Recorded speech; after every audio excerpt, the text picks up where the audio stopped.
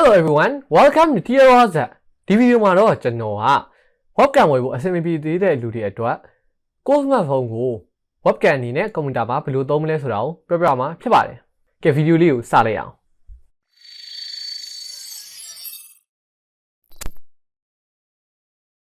အရင်ဆုံးဖုန်းမှာ IVCam ဆိုတဲ့ software ကို download ဆွဲမယ်။ Android မှာဆိုရင်တော့ Play Store ကနေ download ဆွဲလို့ရပြီးတော့ iOS မှာဆိုရင်တော့ App Store ကနေ download ဆွဲလို့ရပါတယ်။ဒါဆိုရင်တော့ဖုန်းအတွက်ရပါပြီ။ဟုတ်ပြီအဲ့ဆိုရင်ကွန်ပျူတာအတွက်လိုတဲ့ software ကိုသွင်းကြမယ်။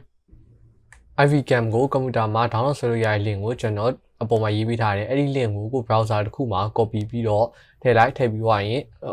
သွားလိုက်ရင်ဒီ link ကိုရောက်သွားလိမ့်မယ်။အဲ့ဒီကြရင်ကျွန်တော်တို့ဒီဟာကိုလေးကိုနှိပ်ပြီးတော့ခဏဆောက်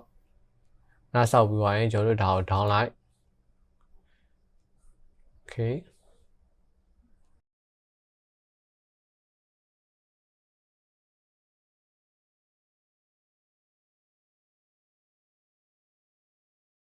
ပြီးသွားရင်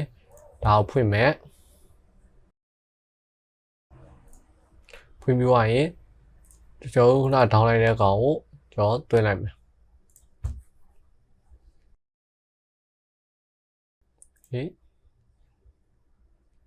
next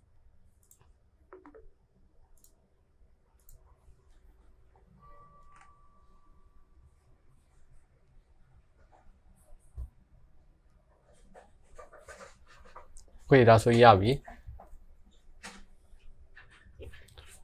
တခုရှိတာကျွန်တော်တို့ဒီ IVCam ကိုသုံးဖို့ဆိုရင်ကျွန်တော်တို့ဖုန်းကလည်း Wi-Fi တစ်ခုတွေကိုလာချိတ်ရမယ်ကျွန်တော်တို့ကွန်ပျူတာလည်း Wi-Fi တစ်ခုတွေကိုသွားချိတ်ရမယ်ကျွန်တော်ကတော့ Wi-Fi မချိတ်ထားဘူး router ကနေကျိုးဆွဲပြီးတော့ကွန်ပျူတာမှာလာတက်ပြီးသုံးထားတယ်အဲ့တော့တူပဲကျွန်တော် Wi-Fi အဲ့လိုမျိုးဆိုရင် Wi-Fi ချိတ်စရာမလိုလောရတဲ့ start ကတော့လွယ်လေးပဲကျွန်တော်တို့ဖုန်းမှာ IVCam လို့ရှာလိုက်တော့အဲ့ဒီကောင်ဖွင့်လိုက်ဖွင့်ပြီးသွားရင်ရပါပြီ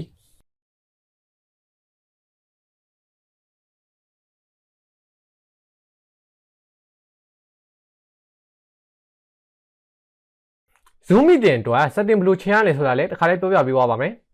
Zoom ထဲမှာဆိုရင်ကျွန်တော်တို့အရင်ဆုံး setting ကိုနှိပ်ပြီးသွားရင် video နှိပ်ပြီးသွားရင်ဒီမှာ IVCam ကိုပြောင်းပေးလိုက်ရင်ရပါပြီ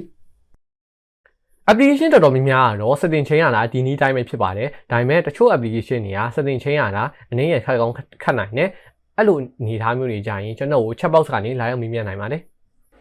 ဖုန်းကို webcam အနေနဲ့သုံးဖို့ဆိုရင်အနည်းဆုံးတော့ဖုန်းကိုထောင်ထားဖို့လိုတယ်အဲ့တော့အဲ့ဒီကောင်ကို tripod ရှိတဲ့လူတွေကတော့ tripod သုံးပြီးထောင်လို့ရတယ်ဒါပေမဲ့ tripod မရှိသေးတဲ့လူတွေအတွက်ဖုန်းကိုတန်နဲ့ဘယ်လိုထောင်ရမလဲဆိုတဲ့ trick တစ်ခုကိုကျွန်တော်ပြောပြပါမယ်ဒီ trick ကိုအသုံးပြုဖို့အတွက်လိုတာတော့ဖုန်း stand တစ်ခုဂျိတ်တစ်ခုဒါပါပဲအဲ့တော့ဘယ်လိုလုပ်လဲဆိုတာကျွန်တော်ပြမယ်ဖုန်း stand ကိုဒီလိုထားပြီးတော့ဒီမှာဖုန်းညှက်ပြီးသွားရင်ဒီလိုထားရင်ဖုန်းကပြုတ်ကျနိုင်တယ်အဲ့တော့ဒီဖုန်းကိုဂျိတ်လေးနဲ့ချိတ်လိုက်ရပြီဒါဆိုရင်ပြီးသွားရင်တော့ဖုန်းကိုတောက်တနေရာမှာတင်လိုက်ဒါဆိုရင်ရပါပြီကျွန်တော်ပြောရတဲ့နီလန်ကအဆင်ပြေမယ်လို့မျှော်လင့်ပါတယ်တကယ်လို့အခက်အခဲစုံနေရရှိရင်ကျွန်တော်ကို comment မှာဖြစ်စီ chat box ကနေဖြစ်စီလာရောက်ဆက်သွယ်မေးမြန်းနိုင်ပါတယ်Bye bye.